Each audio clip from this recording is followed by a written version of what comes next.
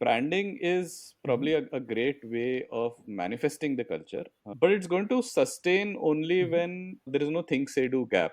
So then you have all your traditional days and Rangoli competition. So in the name of culture, there are a lot of these events that happen. That's a big myth because culture is far deeper. We are actually trivializing culture when we equate it with that. Welcome to episode 92. And keeping the continuity of first in our podcast, this is the first show where I get to host two guests at the very same time. They are both co authors of this fantastic book, Hope is Not a Strategy.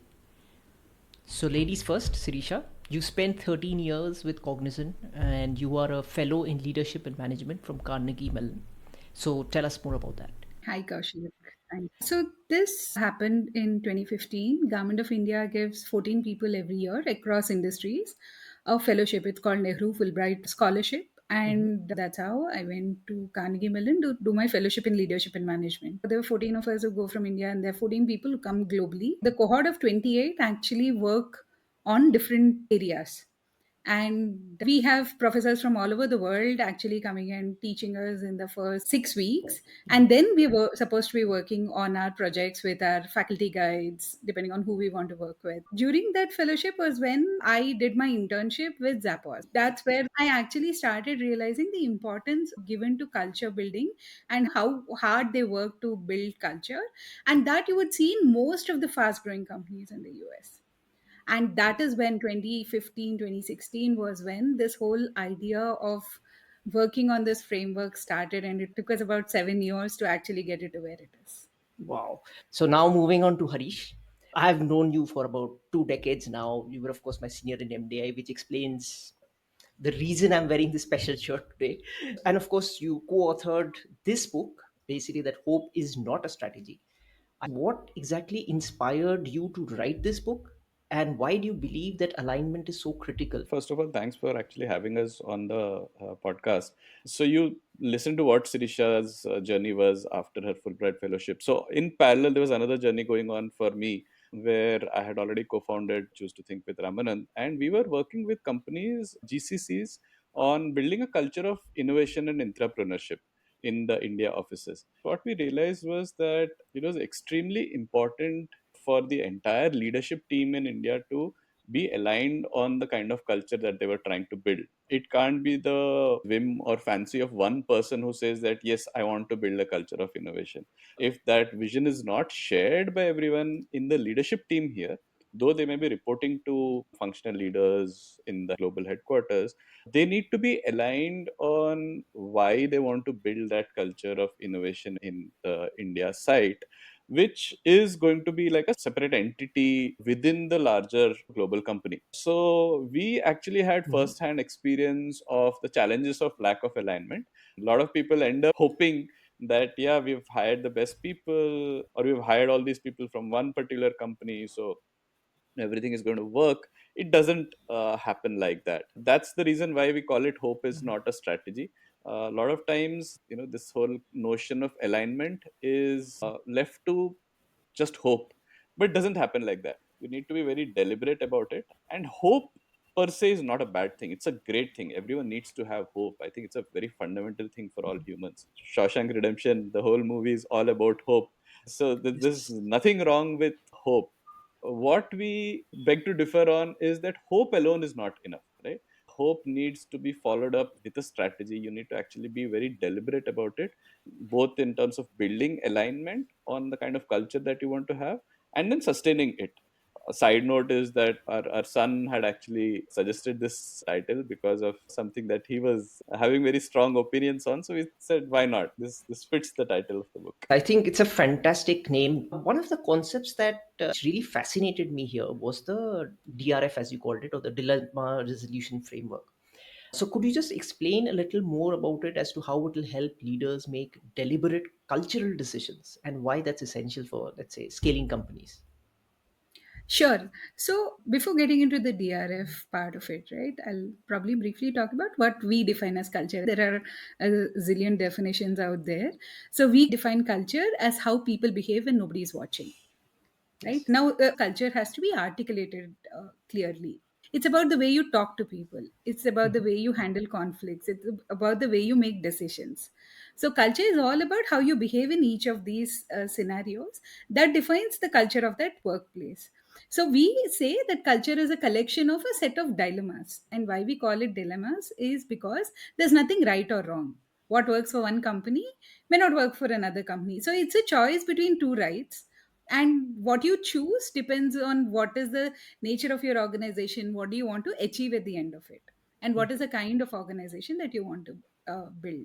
So we were looking at all possible organization dilemmas, and then we came up with 11 areas and totally about 60 dilemmas. And this we call it dilemma resolution framework, because what this is doing is it actually giving you a very structured way of looking at each area. Okay, in communication, how are we going to do some of these things? Decision making, are we talking about autonomy or are we talking about control? And the beauty of a dilemma is it you don't have to choose one end of the spectrum or the other. You can be anywhere along the way, right? So you can, but you have to define very clearly what is it that you want to do as an organization. So the dilemma resolution framework helps leaders make those deliberate choices that they have to make. And because every choice has some trade-offs, like if you're choosing between autonomy and control, there are some things that you're leaving on the table. Likewise, if you're probably talking about short term gains versus longer term sustainability, there is some give and take there, right? So we say that leaders have to make these deliberate choices because it is important that you're conscious of the trade offs that you're making and you're okay to live with that. Tomorrow, your expectations are not any different. And using this entire structured approach will actually help you define culture that is aligned to strategy. Now, that's again something that often gets missed. There's a separate culture part that typically becomes the HR responsibility. There is strategy, which the top leadership management talk about. Making those deliberate choices will help you build the culture that will serve the strategy. We are into personal branding and we say the same thing. It's about what people say about you when you're not in the room. I would love to get your inputs. Is it something like personal branding is for one person and culture is probably for personal branding for the entire organization? Absolutely. And you need to hear the same thing from the junior most person to the senior most Exactly. person, from somebody who spent many years in the organization to somebody who spent a year in So the I would just organization. add Exactly. one qualifier there. Great. Branding is Mhm. probably a great way of manifesting the culture, whether it's personal branding or in the organization. But it's going to sustain only Mhm. when there is no think say do gap. When the branding is consistent with who you are and who you want to be, then the definition that you just spoke about perfectly stands true against any test, right? But if there's any gap, then personal branding, or rather Mhm. just branding if you consider it, it is going to be like something that has been applied on top of what the true nature is, which is why if you are who you are inside, if that is what you are able to identify and project, then you are safest. Yeah. Absolutely. How do you ensure that the culture evolves without losing its core, let's say, tenets, especially as they scale very rapidly? So culture should never be considered as this monolith which is going to stay the same. What you want to do over the next 3 to 5 years may keep changing. That is what the culture and values are basically all about. I'm a strong proponent of this belief that if you think of culture as a product, and your customers are actually your employees in the company, and then Mhm. keep changing the product, and in some cases keep choosing the right kind of market segment as well, right? Some parts of what Steve Jobs made in 2000 is probably still going to remain true in 2024, but the products have evolved. Mhm. It's the same way when we are talking about culture of an organization as well. So what you need to understand is what is it that is so true, so core to who you are, that you don't want to let go of, and which is also serving your purpose. There may be some things which you don't want to let go of, but that is actually not serving you. Please let go of it, right? Because what got you here is not going to take you there, right? Your journey is going to be different, and it just needs to be more deliberate about what you want to change, how you want to change it. And there are also what we keep calling accidental values, right? So you never thought about it, but you end up doing some things, and then that becomes culture. Everyone assumes, yeah, this is how it gets done here. You just need to see whether is this the right thing, or I should tone down, or maybe some of the accidental values are actually great things. Okay, let's accentuate them, but just keeping an eye out is very important.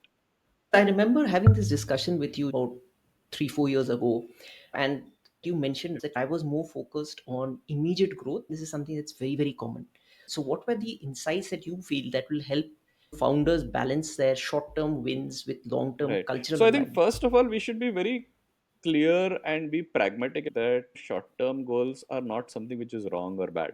That is how companies are going to survive. If you want to grow 10x, first you need to make sure X has some value. If you want to scale, you need to survive today first, right? The challenge that a lot of founders face is when they realize that, oh, they have made a compromise, but they don't acknowledge that it was a compromise. They feel that, yeah, this is what we have been doing, and then that becomes a habit. But then that's spoiling your brand, right?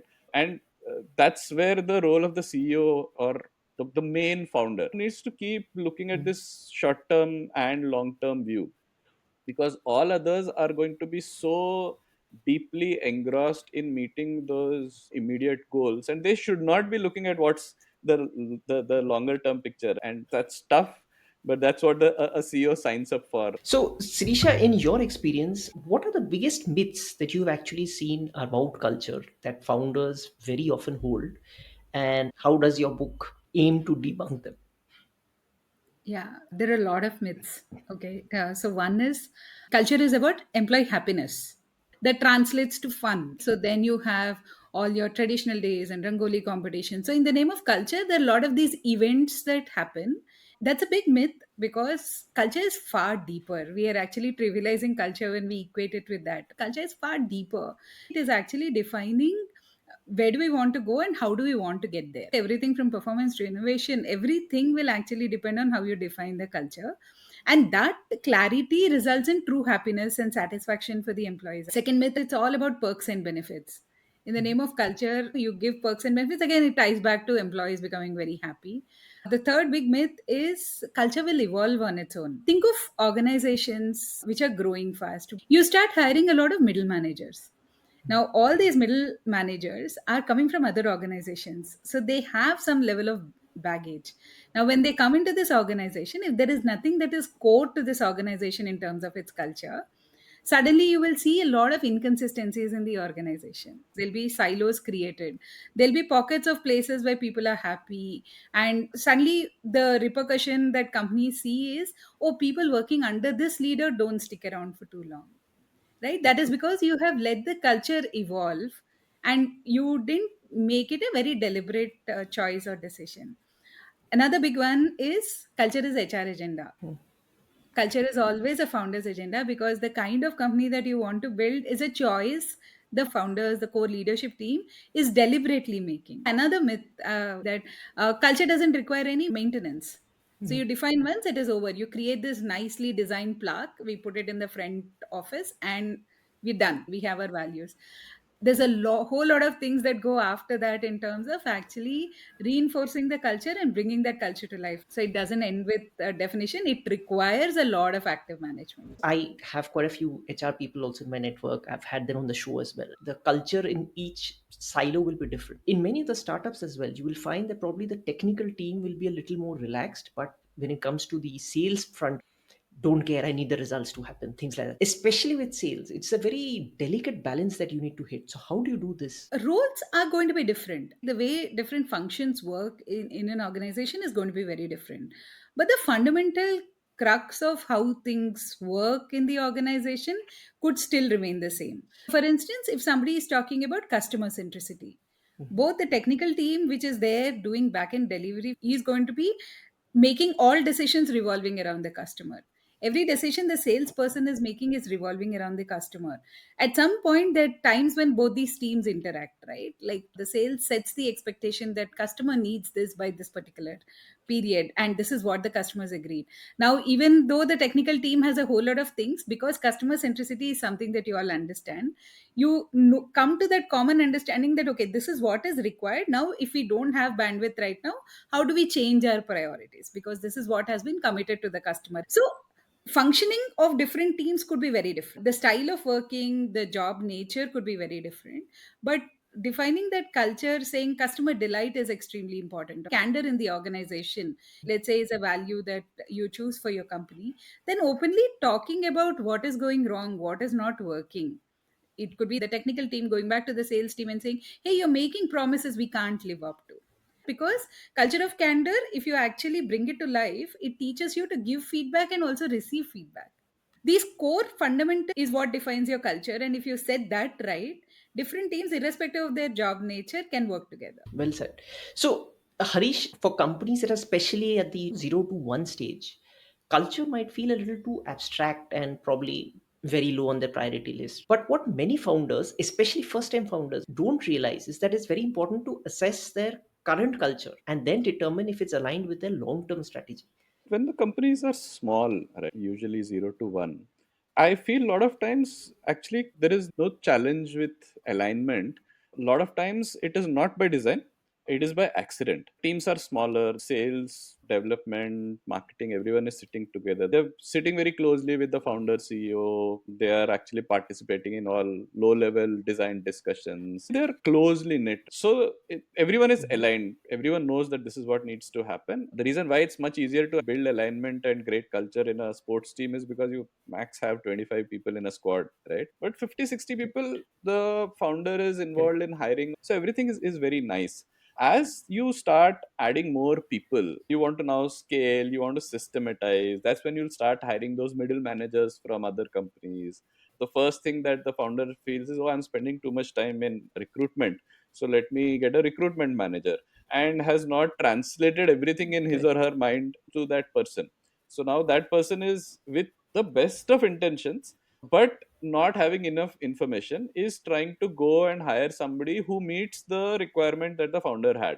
And obviously there is going to be Correct. some deviance, and these people come in, then they start hiring their own people, so the deviation keeps just getting amplified. It's like a case of Chinese whispers. So that 0 to 1 is very Correct. important to a understand what is really core about us, and you should not try to articulate culture and values right on day one also, because if you do it, it's too theoretical.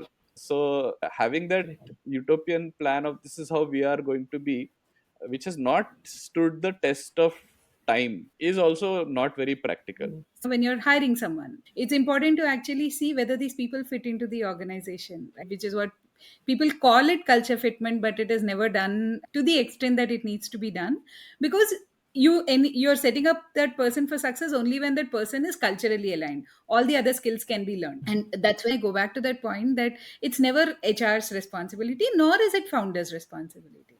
There needs to be a collective ownership, collective responsibility. So leaders at all levels should be held accountable for the culture that is getting built in the organization. We as humans are fantastic mimickers, right? We see what the boss is doing, we do the same thing. And so leaders need to walk the talk. A founder talking in a town hall or in the all hands meeting once a month is not going to make a difference, nor the HR doing some culture building activities will make a difference. Once you finish that 0 to 1 journey, it's a natural process for functional silos to happen. And that is where, unless the CEO zooms out and make sure all of them are also zooming out occasionally to see where are we all collectively headed, they won't be able to make the right decisions. I consult startups as well. So the 60, 70 founders I have also experienced. Many of them think they can do this on their own. Fact alert, but they can't. You need an external party who can actually come in as a third party, give a holistic kind of an appearance that this is how the company should be. And only then can you drive it. The other reason is that suppose I'm the founder and I'm doing it myself. Even if I keep a calendar and I say, okay, I'm going to keep half an hour a week, and somebody else comes with a bigger fire, I'm like, okay, never mind. It's an internal thing. I'll just handle it. So, how critical is this aspect? Oh, it's like frog in boiling water. You put it on slow boil, you don't realize it. A lot of times, even when we as external parties go and tell that this is what is happening, acknowledging that becomes so difficult because they're there in the system and it seems like it is working, only 1% is broken. That 1% compounding over a period of time actually makes all the difference for them. So getting somebody else to actually help them zoom out or just show the mirror also makes a lot of difference. Let's take this example. Do you want to be like a happy family or a sports team? Right? People centric or performance centric. Just to give the context of these companies, most of them would have just finished their 0 to 1 journey. So they would have been like this happy family where everybody is compensating for everybody else's inefficiencies. Correct. But together they are successful as a team. So they suddenly say, no, we want to be like a pro sports team. We want to be very performance driven. What a people centric organization would mean is not just about people being at the center of all decisions, but it defines the room for failure that you're giving for people. You're letting collaboration actually evolve bottom up, right? Versus a performance driven organization is where it is singular focus. It is all about your goals, it's all about your numbers, and every possible place for optimization to drive efficiency, you will focus on it. No founder needs to choose one or the other.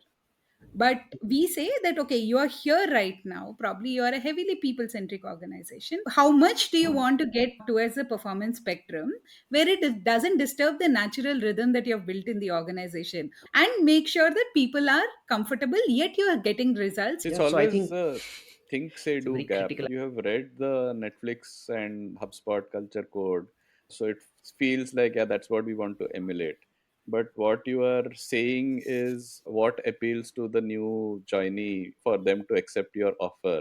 Whereas what you do is probably True. closer to a kirana shop where there is one patriarch who takes all the decisions. And that person has no pretenses about anyone else taking any decisions. But their growth is also limited. It's a function of that one person's ability to take decisions.